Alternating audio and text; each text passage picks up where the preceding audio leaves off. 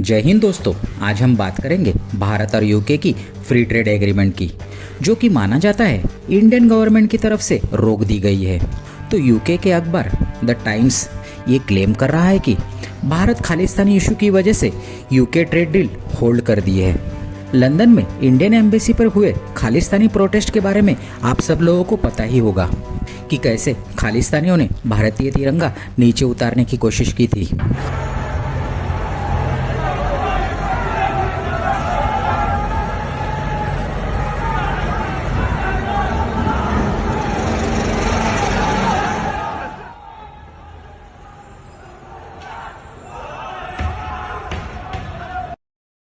और भारत की London embassy को सुरक्षा नहीं मिलने के जवाब में भारत ने भी नई दिल्ली में ब्रिटिश एम्बेसी के सामने से सारे बैरिकेड्स हटा दिए थे।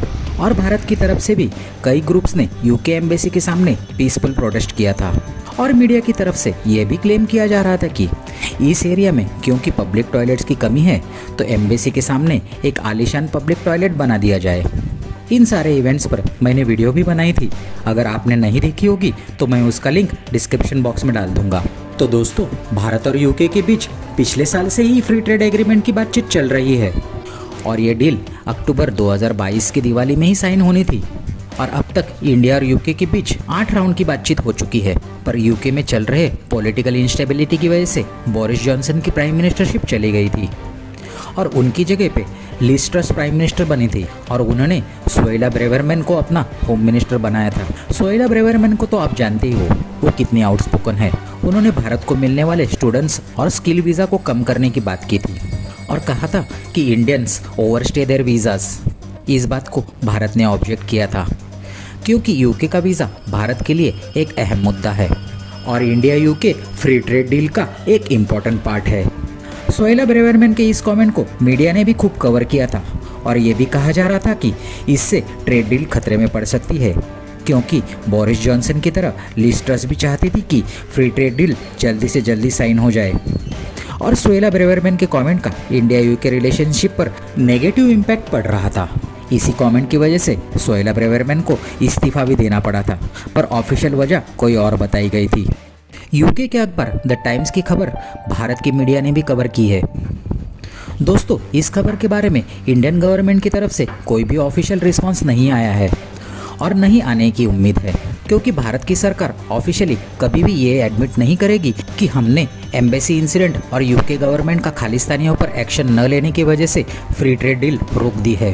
वैसे तो इस फ्री ट्रेड डील का भारत से ज़्यादा यूके को फ़ायदा होने वाला था क्योंकि यूरोपियन यूनियन से बाहर निकलने के बाद यूके की इकोनॉमी बहुत ही लो फेज से गुजर रही है। एक्सपोर्ट ऑल टाइम लो है, इन्फ्लेशन ऑल टाइम हाई है, इकोनॉमी जॉब जनरेट नहीं कर पा रही है।